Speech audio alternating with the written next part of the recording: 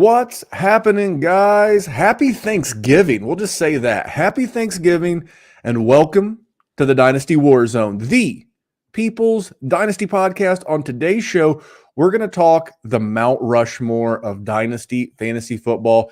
Probably going to be a little bit different than you think. And speaking of different than you think, my normal co-host, the man of the hour, the man with the power, Mr. Jerry Sinclair, is traveling back to I like to say Detroit 8 Mile. It's not really, but he's going somewhere in Michigan, a.k.a. the Murder Mitten. And speaking of states with famous for homicide, New Jersey, the Garden State, a lot of mob problems taken care of out there. Maybe this guy's mobbed up. He is the producer of the show. We affectionately call him Producer Kevin. Kevin, thanks for hopping on the microphone side of the glass tonight. Of course, man. I wouldn't miss it for the world. Happy to help out. Just excited to go, man. Happy Thanksgiving. In my opinion, the best holiday out there. Let's just do it, man. I'm happy to fill in for Jerry, ready to go. Let's talk some Mount Rushmore, man. This is going to be a great episode. 100% big shoes to fill, filling in for sure. my man Jerry. But you know what? It's good. I mean, if you had to drive all the way through Iowa, through Illinois, clip Indiana, as you're going into Michigan, you deserve a break from the podcasting world, and it feels good to be streaming live on Player Profiler. Normally, you edit the show, upload the show on Thursdays, but since Thursday's a holiday, got with Theo. Theo was like, hey, man, roll live, do what you got to do to get the show out. So if you're on the way to grandma's house, your in-laws' house, someone's house, hopefully we're keeping you entertained as you cruise by. And if you have a long drive, if you're on one of those longer drives, go into the Player Profiler podcast app, whatever you use, Spotify, Apple, whatever, and listen to First Class Fantasy with Billy Muzio and Theo Grimminger. I was their guest this week. We covered a lot of stuff like in seasonal leagues, how can you cover for Mark Andrews? Who was my biggest disappointment on the season? Who was my biggest surprise of the season? And just some extra content for you. And that's available over at the Player Profiler YouTube channel or wherever you get podcasts. Again, Spotify, Apple, Google Play, whatever. We are officially out there. So don't really have a good people, bad tweets, but I wanted to get your opinion on a subject that came up recently. So did you see the comments from Justin Jefferson? People are obviously hounding this guy. Hey, are you playing? Hey, are you playing? Hey, are you playing? And he was like, my health is way more important than, any fantasy seasons or anything like that. I don't have a problem with this. I'll be honest, but I'll start with you. What was your thought with Justin Jefferson and his take there? I don't know if this is a hot take being in the fantasy community, but I'm not a guy I realize that the NFL and them playing games is obviously way more important. It's annoying as a fantasy manager. I totally understand that. But I'm team, you never yell at a player for messing stuff up. Everything is out of your control, and we need to realize that. We're just here to predict things best we possibly can. And truthfully, I think it makes the most sense for them to actually not play him yet, especially if he's not ready.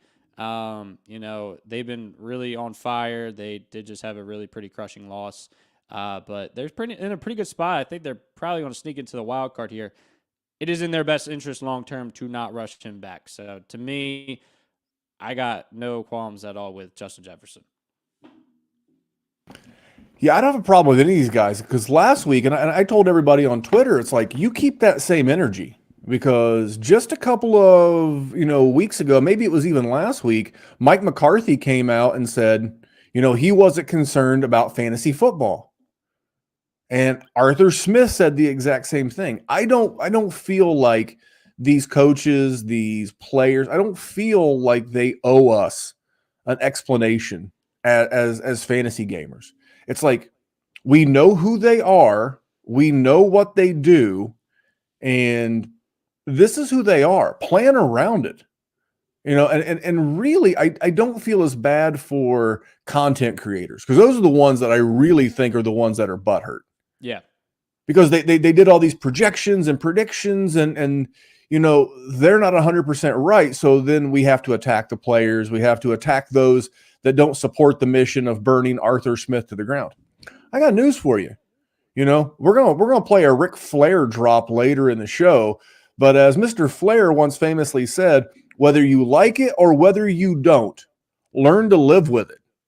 And that's what you have with Arthur Smith. I mean, the guy's got he's right around 500 with the corpse of Matt Ryan, the corpse of Marcus Mariota, and trying to get as much juice out as he can out of guys like Desmond Ridder and Tyler Heineke.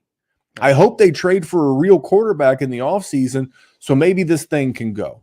But that's my take on this, and I just wanted to get yours before we jump into some Mount Rushmore. My problem with Arthur Smith is he just doesn't give the ball to his good players. That's not really a fantasy question, which I think J.J. Zacharyson was kind of been arguing this entire time. Like, I'm not like, we know they don't care about fantasy. That's a totally part that doesn't matter to them. But I'm just more like, give your guys the ball. You drafted all these guys with extremely high draft capital. Use them. Why is John Smith your number one guy? Sorry, I have a problem with Arthur Smith. I just had to get that off a little bit. I'll let you continue doing your thing. No. But for me, it's like I'll give you Bijan Robinson. Right. But if you want him to force feed Kyle Pitts or force feed Drake London, then he has to turn Desmond Ridder or Taylor Heineke loose with the football. And if you haven't noticed, when they drop back to pass, there's this propensity to throw interceptions and lose fumbles.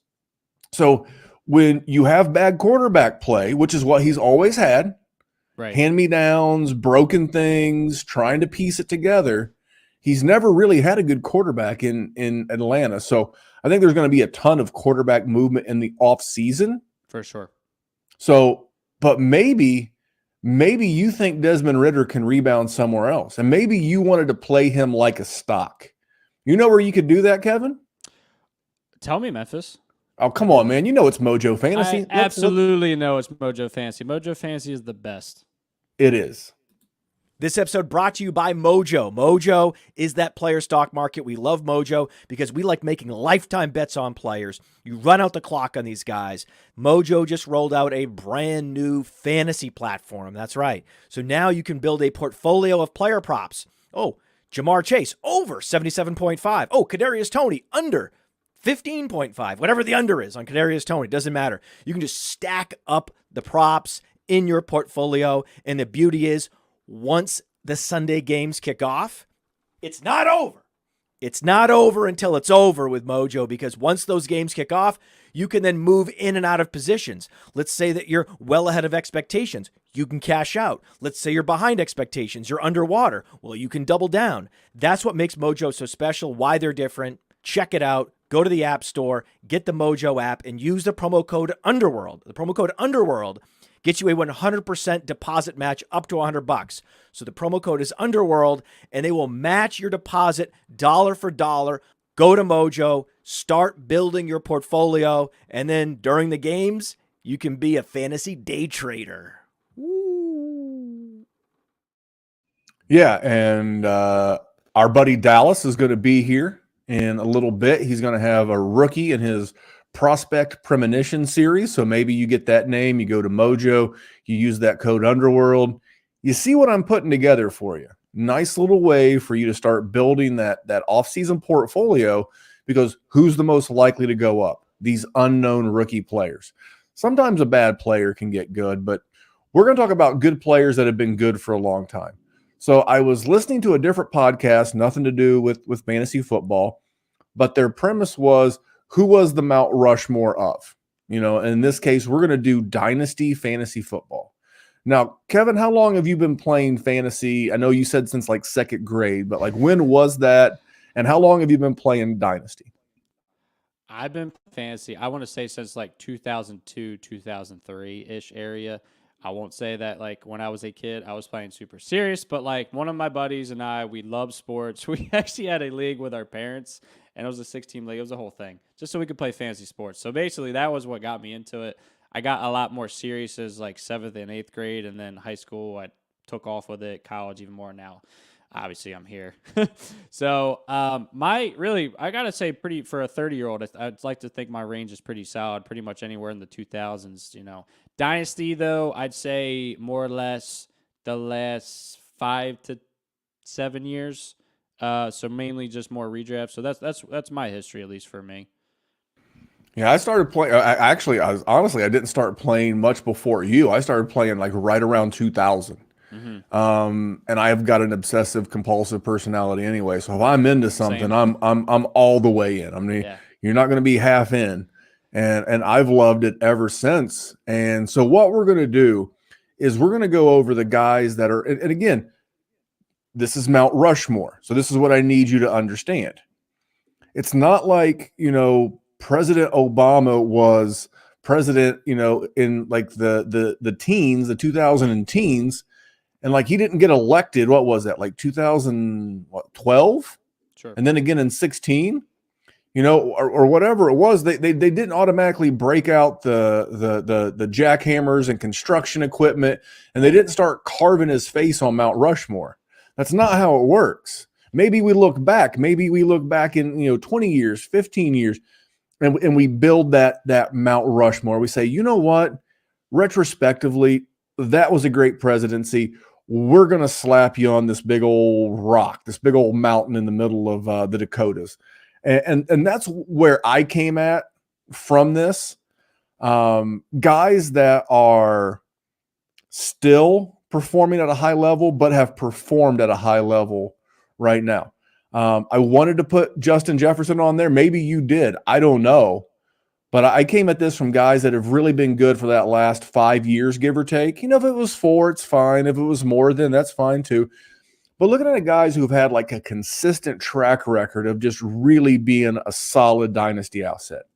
So without any further ado, I'm going to let you go first. Give me the first member of your modern day Mount Rushmore.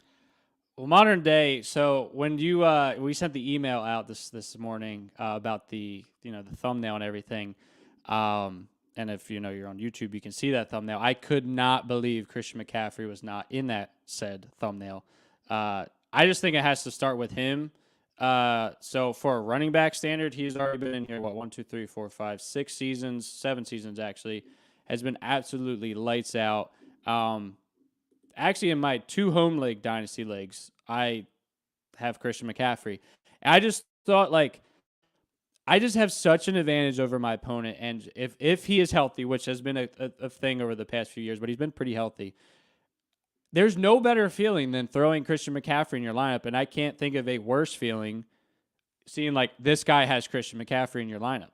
And it's just such a good feeling to see him just plastered in your RB1, week in and week out.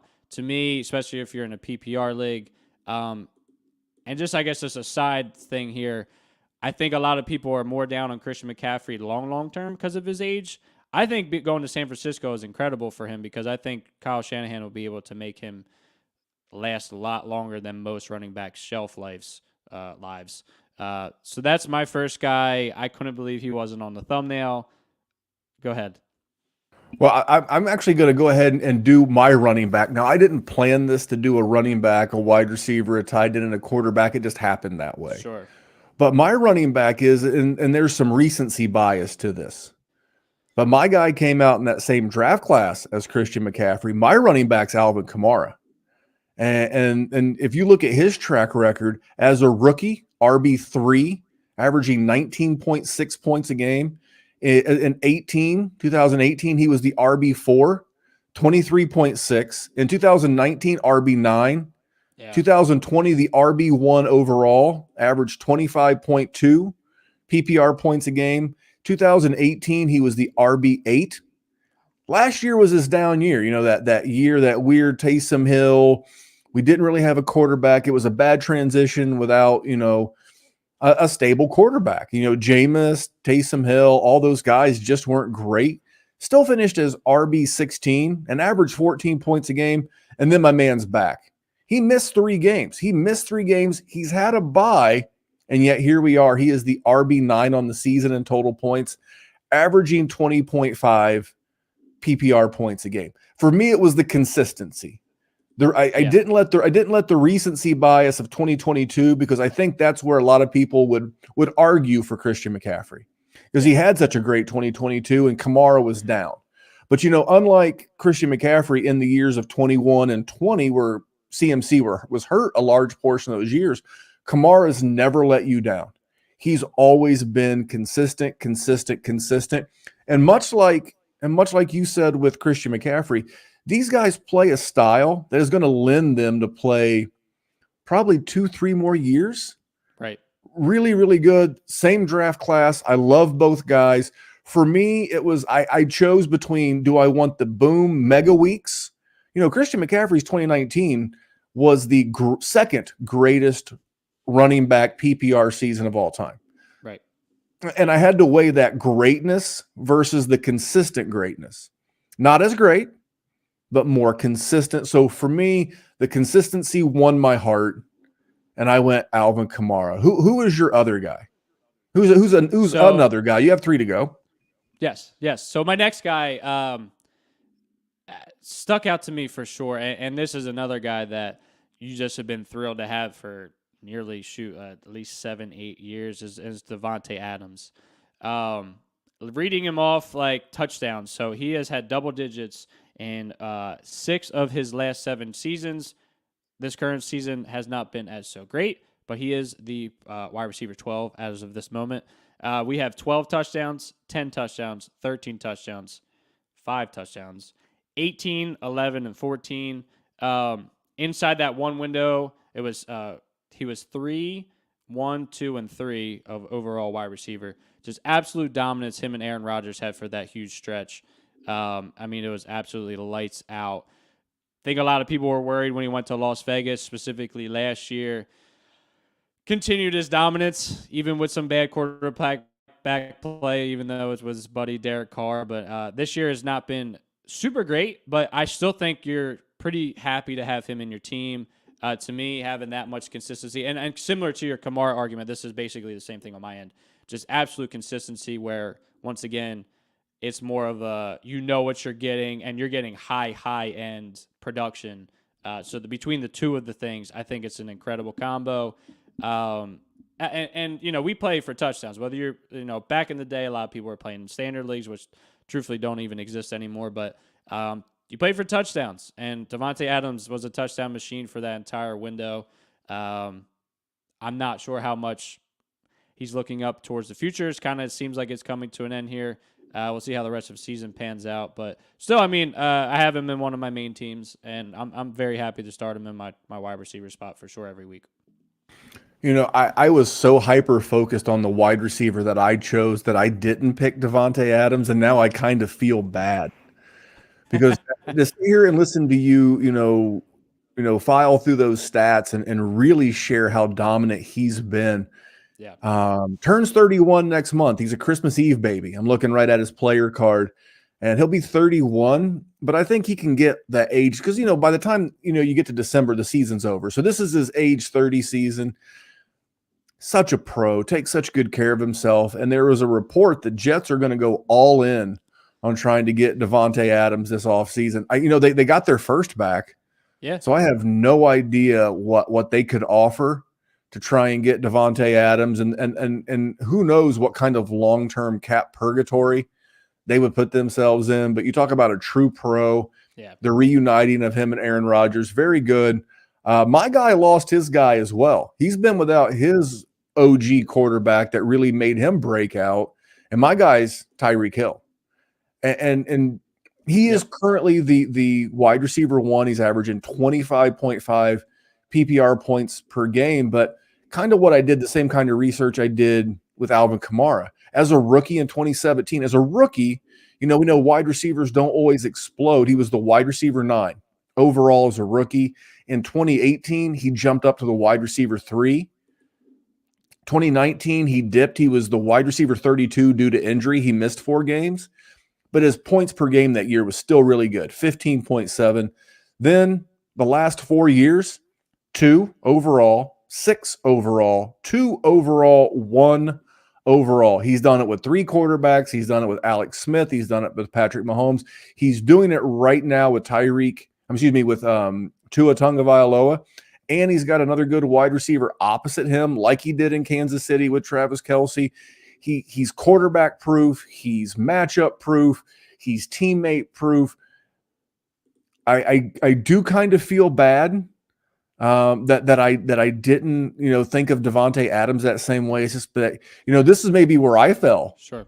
into that recency bias. I only see that he was the wide receiver 2 last year. I only see that he's a dominant wide receiver 1. But you go back and look at his track record, I think it's pretty impressive in its own right. So I think neither one of these guys is the wrong answer. No, not at all.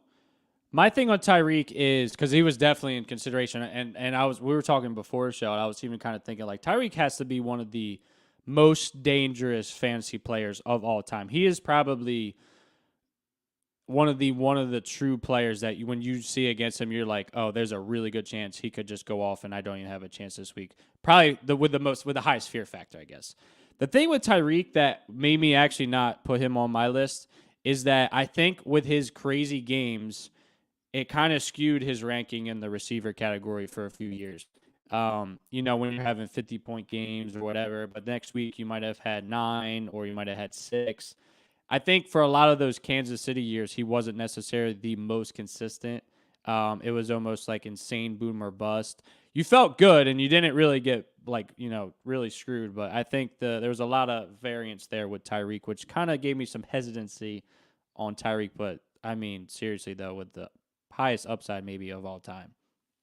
Yeah, I don't want to be the old guy who waxes poetic about back in my day, because I did this research. I was looking, I was looking at Terrell Owens. I was looking at Randy Moss, Calvin Johnson, Larry Fitzgerald was in there. But when you think about speed and acceleration and like fear, sure, Tyreek Hill has to be right up there. And the fact that he's like 5'10", and I think I'm being generous saying that he's 5'10". Yeah. To think that he's 5'10" and strikes fear in defenses and defensive coordinators the way that the big guys, the Randy Mosses, again, the guys I just mentioned. Yeah. The way that he plays the game is fun. So I try not to lose on the fact that he is a lot of fun. Now I'm going to go ahead and do the tight end because I think the tight end's probably the same for both of us, and it's Travis Kelce. It's Travis Kelce. Didn't play much as a rookie, barely at all. Since then, tight end 7, tight end 9, tight end 1, tight end 1, tight end 1, tight end 1, tight end 1. It's ridiculous. Tight end 2, tight end 1. Yeah. Do you know in 2021 who broke his streak of tight end of what had been 5 straight tight end 1 overall finishes? Was it Mark Andrews? It was Mark Andrews. Yeah. That was the big, huge year with Lamar. Yeah. So, but just so dominant. Just And nowhere again, dude, I was for sure. Now now last year's season was great, but it wasn't the greatest tight end PPR season of all time. Did you know that? I did actually know that. It was Rob Gronkowski's 2013. Like he was just snatching souls that year. Like a healthy Gronk. People forget Gronk and Kelce are about the same age. But I found this out like a week ago, and I was like, because my buddies and I were talking about it. I'm like, how are they the same age? Because you just mentally like Gronk's retired and Kelsey's out here still being the tight end 1, and Gronk kind of was a little better earlier, I guess. It's crazy. Gronk, I mean, you can't really compare the quarterbacks. I mean, because Kelce was doing good work with Alex Smith. Yep. That's what Andy Reid obviously gets some credit. And then, we poured gasoline like on a points per game basis with Travis Kelce once he got going with Patrick Mahomes. Not only did he stay the tight end 1, but he elevated his points per game. He became the cheat code. Yes. He was the guy. I invented the term Kelce Buster, like in the Marvel universe in the second Avengers movie. Tony Stark created a Hulk Buster suit. You have to, when you play in leagues, especially tight end premium leagues, you have to have hopefully a guy that could be a Kelce Buster. And he did that. And George Kittle was that for me last year, but consistently no one beat Kelce in that position. Did you have a different tight end, or was it just pretty much like it was unanimous? Oh, no. Oh, yeah. No, there was an absolute no-brainer. The thing is exactly what you just said. Like, there's really, like, you can talk all you want about Christian McCaffrey, Devontae Adams, Tyreek Hill, etc. When you see Kelce on the other team, you are at a disadvantage. It's just that simple, which makes it so tough because unless you are the Kelce manager, you're going to be down at that one position. That's a guarantee. And I mean, we're talking for 7+ years now, 8 years. Mark Andrews did have that, so you can counter with him, still feel pretty good. But like I said, there's really nothing more than comfort having him in your lineup every single week. So yeah, he was an absolute no-brainer for me. All right. Well, you got one more bust, one more head to carve into your Mount Rushmore. Who is your fourth guy? Who is the fourth guy on your Mount Rushmore? So does it have to be a quarterback? We going? No. It's Mount Rushmore. It's like it's like when you do the presidents. It's not like, well, we got a guy from the '60s and we got no. It's your Mount Rushmore. Well, I went and picked a quarterback anyway because I think I know who you're taking. So I'm sticking with the Chiefs and actually going with Patrick Mahomes. And mainly a lot of this is because what he has already done and what he's going to continue to do.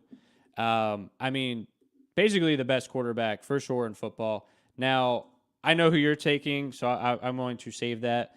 But essentially, you know what you're getting with Patrick Mahomes always. And truthfully, I think the safety of it and the fact that he also can run, and he also just, if you stacked him with Kelsey, just that absolute murder's row of a stack.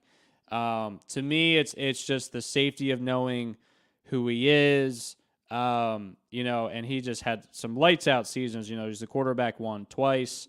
He's been a QB1 his entire career, a high-end QB1, a pretty much top 4 season every single year except 2019. This year hasn't been super great, but the thing is, he's going to be continuously like this for 6 more years, I'd say minimum.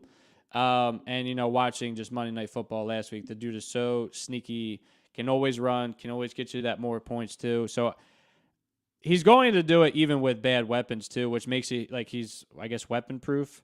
So even though he doesn't have Tyreek and all that stuff, to me, just knowing you have Patrick Mahomes, like, he is the reason why he's probably been the number 1 pick in Dynasty leagues for years and years to come. It's safety. It's knowing that he's the guy. Now, I respect your answer, and I think part of the thing that Patrick Mahomes gets is he gets the touchdown boost. Right. We ignore the fact that, he's not been consistently great. Like this year, he is currently the QB 10.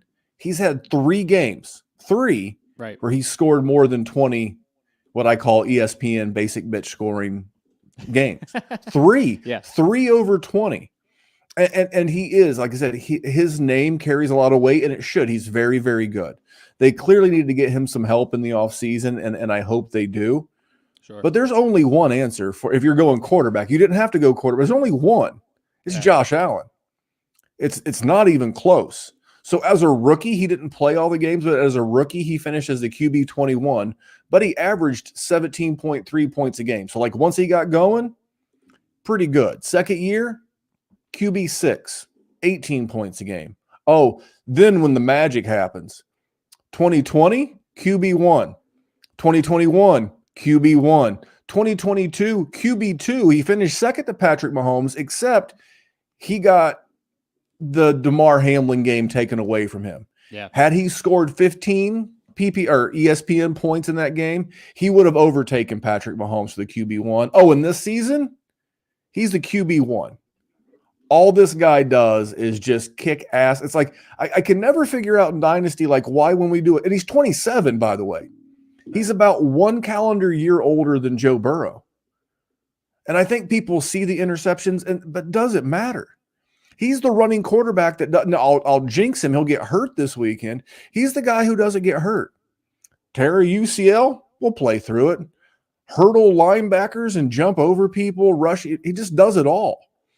And I don't know what it is. I think there's this, and I think there's this bias that so many content creators missed on him in that rookie year and in that second year.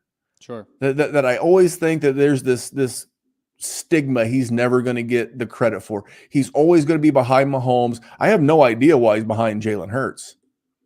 We have a guy who's done, top 6, 5 years in a row, half a decade of dominance, but we would rather have the guy who could maybe do that. Hurts hasn't been really that great this year. So let me get this straight. You can have the guy who could do it, or you can have the guy that all he does is do it. Right. Now, I will be fair. I don't have a Ric Flair drop that says to be the man, you got to beat the man. And right now I'm the man. Right. That's Josh Allen. To be the man, to be the QB1, you got to take it from Josh Allen. And currently no one's doing that. But I do have a Ric Flair drop. I do have this one. I'm a killer. I'm the dirtiest player in the game. I know one thing, win at all costs. That's kind of apropos.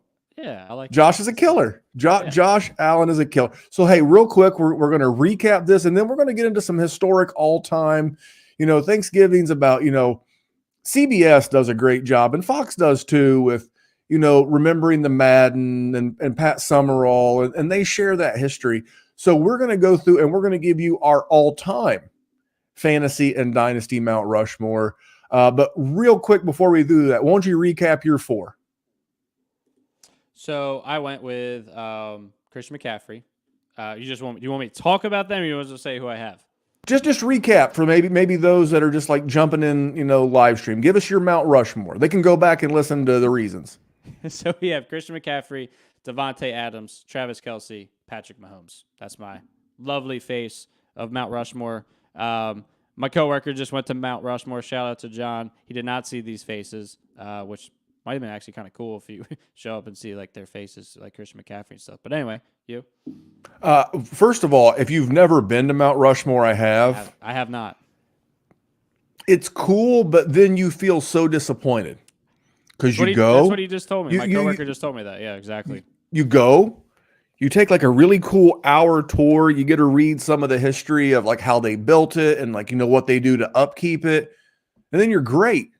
It's not like it's Vegas where like, they have or Disney World or Orlando where you fly in, ton of flights, easy to get. You ain't got any of that. Sure. You got to drive to BFE. Was that South Dakota, North Dakota? Yeah. Whatever. South it's brutal. But you know what? If you're in the area, it's a nice detour on the way to like, if you're like RVing to Yellowstone.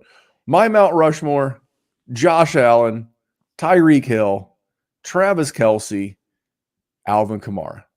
Fair? Yeah, you can't go wrong with either list, in my opinion. All right, so what we're going to do is normally our boy Dallas stops by. Now, maybe this guy in like 20 years could be on the Mount Rushmore of Dynasty Fantasy Football. I don't know. This is a great gonna do a callback to the little call out on Mojo. Maybe you add this person to your Mojo account.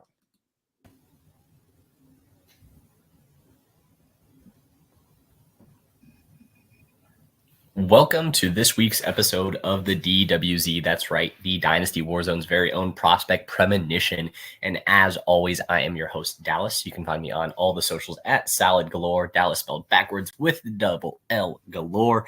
Great to be here, guys. And we're just going to dive right in. For those of you not privy to what the prospect premonition is, you haven't been listening, make sure to go back and listen to the last couple episodes. But each week I take a under the radar, or in this week's case, kind of a unknown wide receiver, unknown player prior to the 2023 NCAA college football season that I have looked inside of my crystal ball and I've seen success for your dynasty teams, looking like a pretty successful year on most of the picks thus far. But this is a guy that has been just a rocket in evaluation and value for dynasty and Devy alike over the course of the last 3 months. And that is none other than Mr. Malik Washington, University of Virginia Cavaliers. And he's a wide receiver that, a lot of question marks ultimately going around right now. A lot of very interesting things happening with this offense. There's not a lot of production outside of him. And in an ACC conference, there are always going to be question marks about your success at the wide receiver position. But when it comes to Malik Washington and what I see with the University of Virginia and that offense, there's only one thing of note on the offense in general at all, and it is Malik Washington, and teams still cannot stop him. He's got one of the most unique builds out of any prospect that's going to come out this year, or really has come out in the last couple of years. He's sitting at like 5'8". I think that's legitimately about how tall he is. He maybe even dips into that 5'7" Rondell Moore size, but the main difference between Rondell Moore and Malik Washington is Malik Washington's right around 200 pounds at that height, and he's a wide receiver. And like I said, his build's extremely unique. He reminds me more of a running back playing wide receiver. And the first thing I see when I watch his tape and I see him on the field, the guy he reminds me the most of coming out of college is Curtis Samuel. Coming out of Ohio State, kind of that tweener, that running back, that wide receiver mold. But looking at the 2023 regular NCAA season, he already, over the course of 10 games, has 1,300 receiving yards, 96 receptions, and 9 touchdowns. If it weren't for one game against Boston College where he snuck in at 97 yards as opposed to 100 yards, he would have gone 9 straight games with over 100 yards receiving already on the season. It's been the same story against top 10 offenses, top 10 defenses, top 10 teams. He's played Tennessee, UNC, and Louisville, all ranked inside of the top 12 at the time of playing. They lost all of those games, and still he put up over 100 yards against all of them except for Tennessee. Tennessee was the opener, and that was probably the most embarrassing loss that Virginia had the entire time. When I watch Malik Washington, there's not a lot on his tape really when it comes to speed or athleticism that pops out, but what does pop out is his ability to be extremely shifty with the ball in his hands. Breaking tackles, breaking angles, that type of thing is where he lives. And that's why he reminds me more of a running back while I'm watching him. He's a very unique build, and I don't think he's going to be a true wide receiver that comes into the NFL, even though he has proven since his time transferring from Northwestern this year at the University of Virginia that he's very capable with his hands. He's very sure-handed. He's very, very capable in route running. But the thing is, he doesn't get a ton of separation before the ball, which is kind of funny considering how shifty he is after the ball is in his hands. He's one of the best open field movers in this year's class, and it was very surprising. He's a guy I didn't have anywhere on my list and a guy that a lot of people didn't have on their list, but he's going to be a very unique prospect. And I do want to caution extreme reaches for him, but there's no reason that he can't be more successful than some of the other kind of hybrid players that we've seen of recent note. For me, it's not the same type of athletic separation as this guy, but he does remind me a little bit of Kadarius Toney, a little bit of that rawness, that movement ability with the ball in his hands, the ability to slip out. The thing is, he's a much better receiver overall and a much better route runner than what Mr. Kadarius Toney has been and was in college. So if you want two guys that you can look at when you look at Malik Washington and when you're watching the tape and kind of get a feel for what they might be in the NFL, think of the two gadgety players. That's most likely what you're going to get, or maybe even a transition to running back. I don't know. We'll see what the draft scouts think, but Curtis Samuel and Kadarius Toney are the two guys that this guy reminds me of the most. Athletic testing is the biggest question mark that I have for him, as well as his ability to separate early in routes. A little bit concerning if you're not super fast to be able to do that separation early. So a good combine could really skyrocket his overall draft value going forward. He is a true senior. We should see him in all of the primetime draft-related bowls. So make sure to keep your eyes out for Malik Washington. He's a name you are definitely going to be hearing a lot about over the next couple of weeks and next couple of months as the draft season kicks up. And he's a guy that, as I said, is destined for success in 2024 when he inevitably gets drafted and pops off in some kind of surprising value. Until next week, this has been the Prospect Premonition, and get ready for another big boy tight end on next week's episode. There you go. Our buddy Dallas at Salad Galore does a ton of rookie content for us at the Dynasty WarZone. This is why you subscribe to the Dynasty WarZone YouTube channel and podcast channel, because you get a lot of extra shows, not just me and Jerry or the simulcast of the Player Profiler show, but additional shows. We're going to try to get Kevin to do a show in the off season. Yeah. We'll see what comes of that. But let's quickly go through our all-time Mount Rushmore. You've been playing for 20 years. I've been playing for a little bit longer than that. Who is on your all-time Mount Rushmore? And just give me a little reason why. So starting off on my list, in my opinion, I mentioned this pre-show, the greatest fantasy football player of all time, and then everybody knows who I'm talking about, is LaDainian Tomlinson. I was happy to be a LaDainian Tomlinson owner. His magnificent most points of a all-time season, 481 PPR points, which he had 1,800 rushing yards, 28 rushing touchdowns, 508 reception yards, along with 3 more touchdowns. So he had 31 total touchdowns. Is that good, Memphis? LaDainian Tomlinson was on my list. He is. LaDainian Tomlinson is so good that we had guys that if they didn't get the 101 in drafts, they would just quit. Yes, 100%. It was like I remember when Michael Vick first popped on the scene and Randy Moss in Madden. Like we had a no Moss, no Vick rule. And that's really how it felt like with like my league mates in my oldest league. It's 21 years old. And I remember just people like the first couple of years, they just quit. You didn't get LT. I mean, you and I did the research. He had 6 straight years with 300 or more PPR points, including that big year. And then he had 8 straight years where he had 273 or more. So, you try to have 8 straight years. So imagine Christian McCaffrey, but for 8 straight years. No injuries, just consistently year in, year out, week in, just smashing people. And this is important because I didn't save the tweet because it was probably 6 months to a year ago. I was interacting with a young fella, as you young Sparkies can get out there on, X.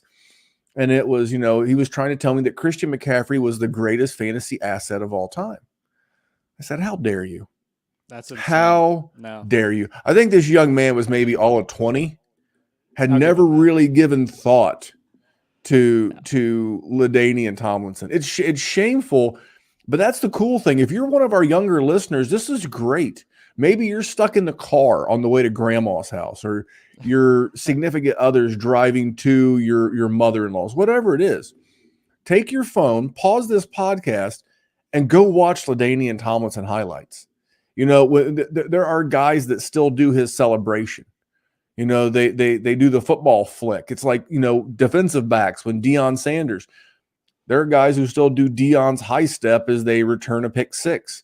Yeah. This dude was a legend. I love the LT call. Did you have anything else on him? Yeah. So in his tenure with the San Diego Chargers, yes, that is correct. The San Diego Chargers for you youngins.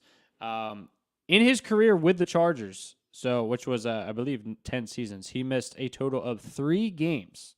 Let me check that right one. Yeah, 11 season, missed 3 games. I mean, it's crazy to me. And then he kind of went with the Jets, which was kind of like a, off in the sunset, which all running backs historically have done. But seriously, the best way to put it is exactly what you said.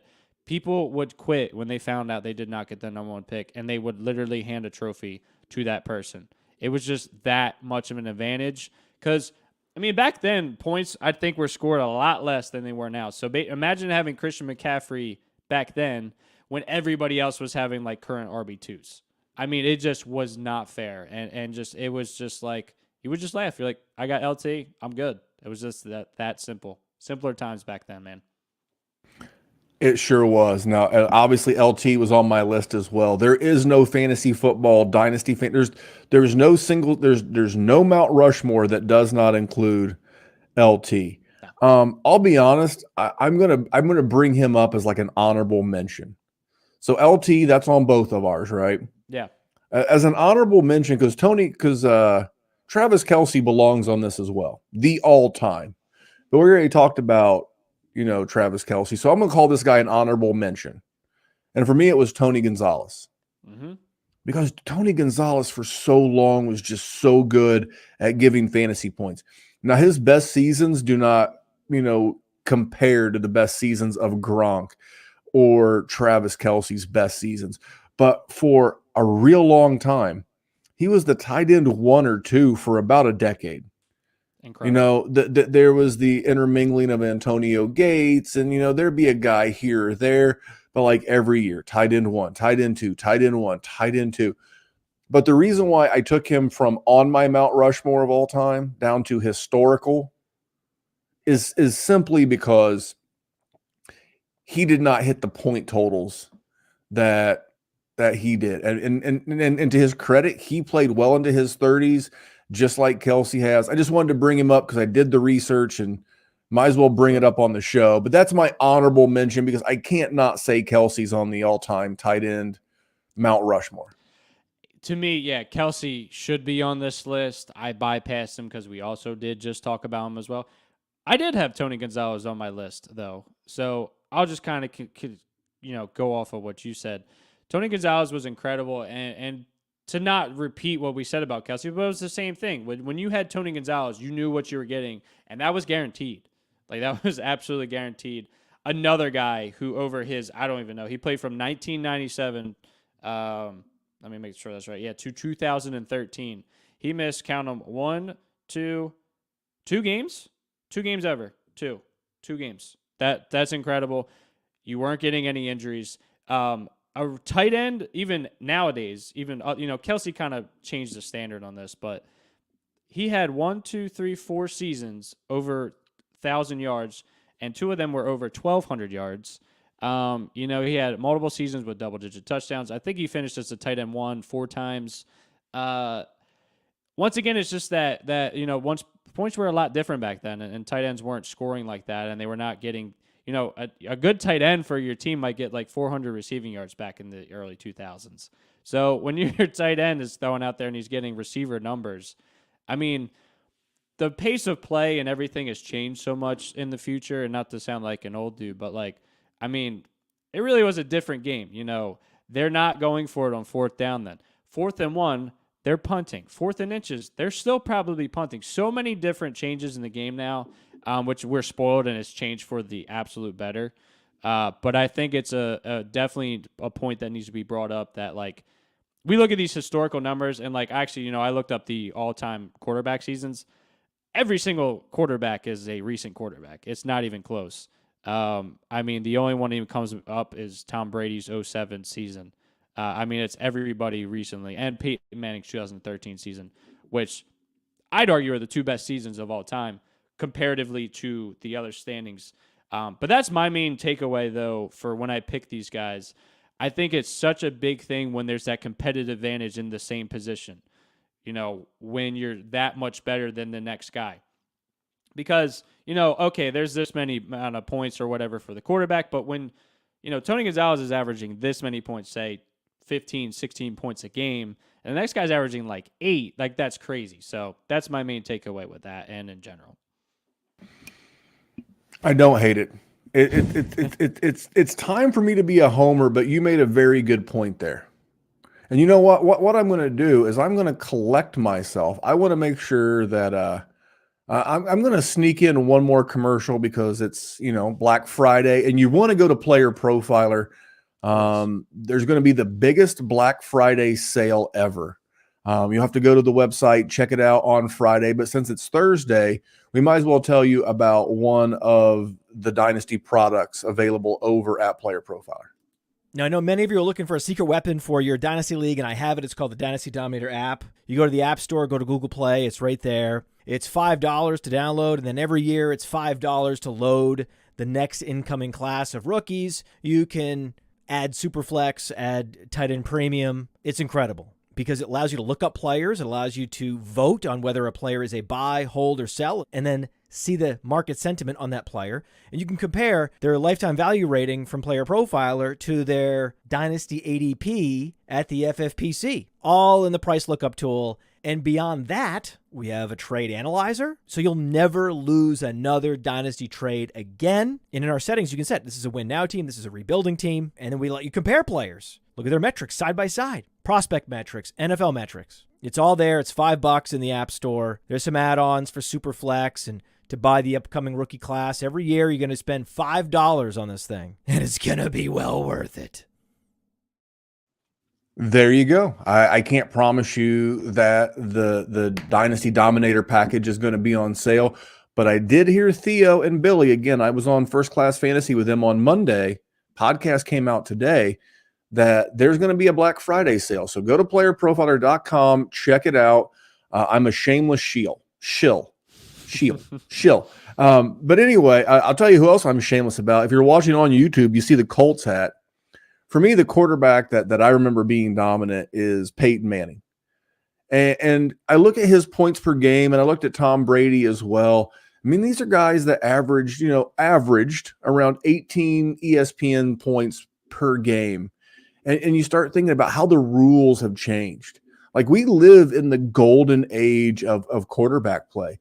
There are currently, I'm looking at it right now, there are currently more than 10 guys averaging more points per game this year than Peyton Manning did throughout his career. Now, he had the amazing 5,200 yards passing, and then 55 passing touchdowns, that magical year. I think it was 2013. Yes, that might be the greatest quarterback season that I remember. But to put it in context, I don't want to take away what he and the Colts did during that time. And I don't want to try to make it sound like it was better because the rules are different. Just at that time, if you had Peyton Manning, you had such a cheat code over everybody else, because outside of the one season with his neck that he missed in Indy, caused Andrew Luck to show up, and then went to Denver, he was top 3 quarterback every year. He was that good, man. I mean, he's the greatest regular season quarterback of all time. And then obviously when it comes to Super Bowls and whatever, Tom Brady's the GOAT. But I put Peyton Manning on mine. I could not agree more. I didn't put him, but I really wanted to. Mostly I let you take your Colts. I let you take your Colts. That 2013 season was kind of when I was getting into my peak of fantasy, and that that Denver team was incredible. And just kind of to vibe off some old times, Julius Thomas, I picked him up, I want to say the day before the season started, and might have been my best move ever. I picked him up in all my leagues. I was probably in 5 leagues at that time. I was in 4 leagues at that time. I won all 4 leagues, mostly because I think I had Peyton Manning in almost most of them. I stacked him with Julius Thomas. It was crazy. And one thing I want to bring up, and for people that have only played fantasy in recent years, quarterbacks used to go round 1 in almost like every draft. A lot of home leagues, you're in smaller leagues. But like these people, I would like to say Peyton Manning put the fear of God into these people, because they were tired of getting beat by Peyton Manning. And back when, 6 point per touchdown was the normal, you just couldn't compete with it. When he was throwing 4 or 5 touchdowns per game, it was just incredible.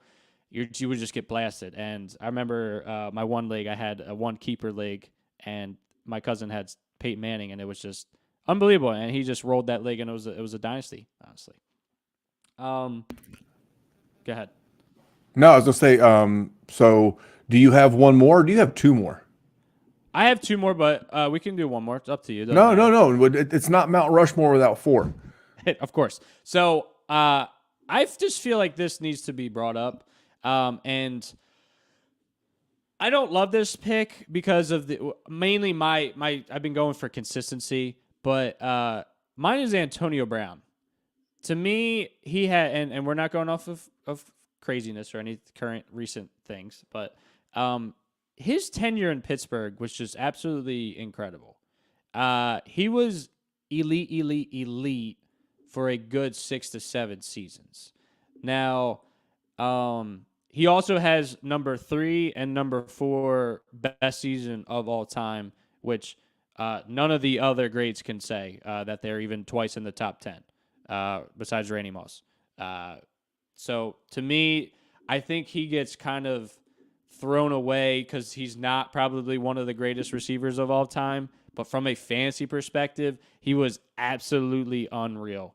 And he was electric for his few seasons that he was there. I mean, truthfully, in Dynasty, if you can get 6 to 7 top tier seasons, to me, you're good. You're gold. I mean, you cannot ask for more. So I don't think it's realistic to kind of picture someone being top tier for 10 years anymore, especially nowadays. But yeah, I just wanted to bring up Antonio Brown and stuff, but I'll let you go off of that. I've got one more guy, so I'm gonna go last because mine's gonna be controversial. Okay. So I'm gonna let you go with your final guy. My final guy, and I kind of came into his career towards the end, but mine's Marshall Faulk, mostly because the greatest show on turf. But he was incredible for his entire career. I mean, we have 7, 8, 9, 10, 11, 12, 13, 14 seasons he played. He played from 1994 to 2005 and was unbelievable for the entire thing. I don't need to say a ton here. We're getting close to our hour mark, but he does have the third best season of all time, which was 2000 greatest show of turf. 18 touchdowns, 1,400 yards, 8 more receiving touchdowns, 2,600 total yards. He was incredible. That team was amazing. They were so much fun to watch. When I was truly getting into football, he was a mainstay of that. So I just want to give a shout out to Marshall Faulk. He's not on my list, but the guy who replaced him rather in Indianapolis, Edgerrin James. Yeah. A lot of people would say, "Oh, well, they really screwed up. You got rid of Marshall Faulk." I'm like, I don't know. Edgerrin James is a Hall of Famer. He is, back to back, absolutely. Yeah. So the Colts, people can say what they want about Bill Polian. Everybody loses that zip on their fastball eventually. But there for a while, man, Bill Polian was just murdering the draft. Yeah, I mean, 100%. so many good guys, and because they were paying guys like Peyton Manning so much money, he was always finding those gems. And then the guy who replaced Edgerrin James, Joseph Adai, not a Hall of Famer, had a pretty good career. So anyway, my guy, again, shameless. It's going to be controversial, but remember, I like consistency. And when I was really getting into fantasy football, he was basically, to use some of the stats that you used, Antonio Brown. He's Antonio Brown, pre-Antonio Brown, and minus the CTE and shenanigans. It's Marvin Harrison. Dude, Marvin Harrison was just absolutely crushing people. His 2002, he had 384 points, PPR points. Put that in perspective, that's better than Justin Jefferson's last year. Yeah. And it wasn't quite as good as Cooper Kupp's 2021. Now, imagine a guy who gave you 300 points or more for 8 straight years. All he did was give you 1,000 plus. Now, I say 1,000, that makes it sound like he was around 1,000. This guy had 15, 16, 1,700 yard seasons, and then 8 straight seasons of double-digit touchdowns.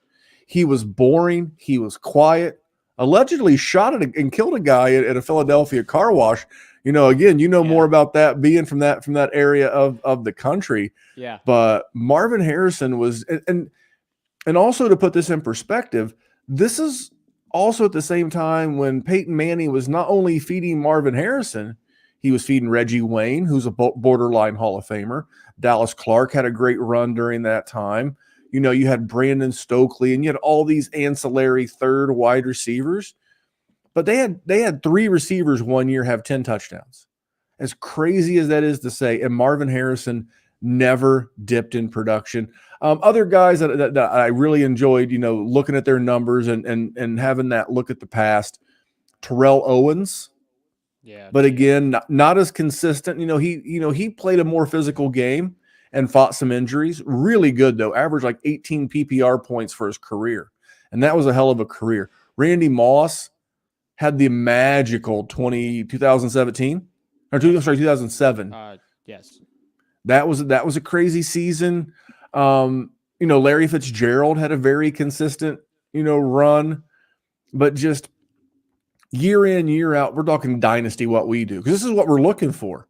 We're looking to find the next, Marvin Harrison because it's consistent dominance. So that was my final guy. I know I'm a homer. I know I'm biased, but I wasn't not bringing up Marvin Harrison. And you know what? Now maybe his son comes in here, right, and dominates for 12 years. Imagine if he's even close to his dad. I mean, we're talking about an absolutely insane asset there. If he plays like his dad, except he's way bigger than his dad. Right. If you go back and watch Marvin Harrison Sr., he's a very slight gentleman. He is not. He's about Tyreek Hill height, but like super thin build, and like he was a catch and fall down guy. Mm-hmm. And so much fun. But speaking of fun, we got to get this thing. You got to do your audio. I'm sorry, I'm doing the audio. You're doing the video. We both got to do some production to make sure that this is ready for social media. But we just wanted to take a minute, do an interesting topic, give the stock report a break for a week. Got producer Kevin on. What are you and the family doing for Thanksgiving? Tomorrow I am hosting my wife's entire side of the family. She is one of 5, the youngest of 5. So there'll be everybody has multiple kids besides ourselves. So there's going to be like 23 of us, just immediate family, plus my parents are included in that. I'm an only child. It's doing that. And then Sunday with my family, extended family, at my cousin's house. And we're doing that. What about yourself? So I worked in retail. I ran Dick's Sporting Goods stores for a lot of years, and my mom just got in the habit of doing Thanksgiving with our family on Sunday, the Sunday before Thanksgiving, because I could never be there on Thursday, and I never really wanted to be honest. I just wanted to like do as little as possible until I had to, make sure work got taken care of. But then, 5 years ago, switched careers, and I'm actually off on Thanksgiving. But my wife hit me up with hey, do you want to drive up to my parents' house? Sure. Love to. Gonna go. So I've decided we're going to our in-laws. Nice. Yeah, we'll drive up before the Lions game starts, and we'll leave halftime of the Cowboys game. As long as I can get home and like really sit down and enjoy the late game. And then we got Black Friday football this year. So I mean, it's going to be this is really shaping up. With the NFL adding the Friday night game, this is in all the rivalries in college football. You got Bama, Auburn, obviously the big ones, Michigan and Ohio State. For sure. Just a tremendous weekend of football. Thursday, 3 good, and the games are pretty good, to be honest.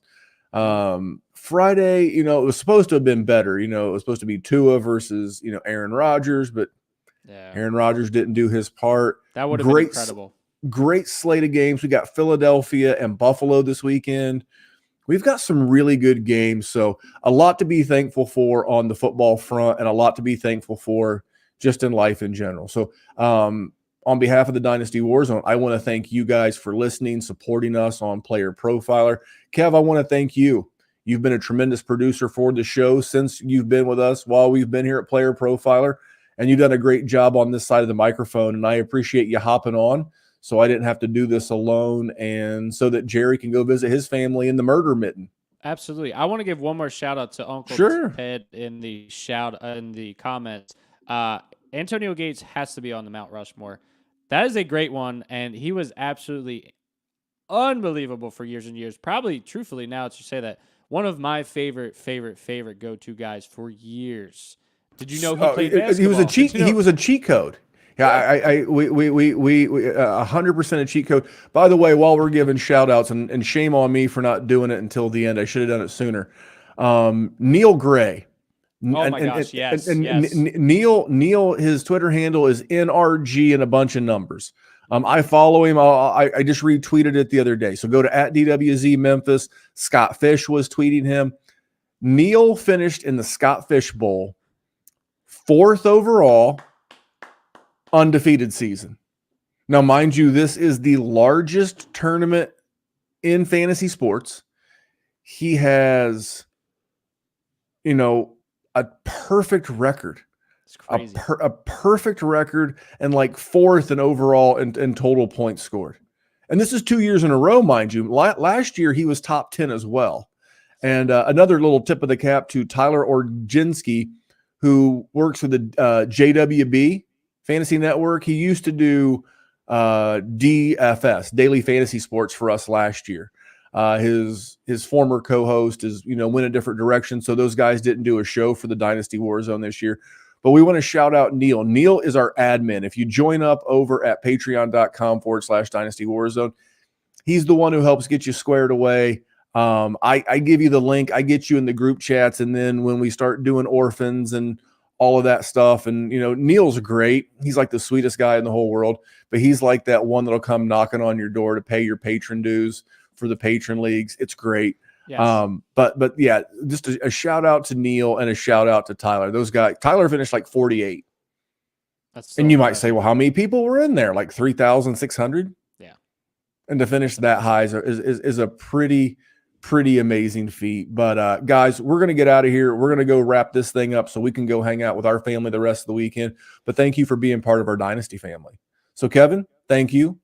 Safe travels on Sunday to the family. And on behalf of Kev, my name's Memphis. And remember, here at the Dynasty WarZone, we're just trying to make the world a better place for fantasy football. Jerry will be back next week, and so will the Stock Report. Thanks, guys. Happy Thanksgiving.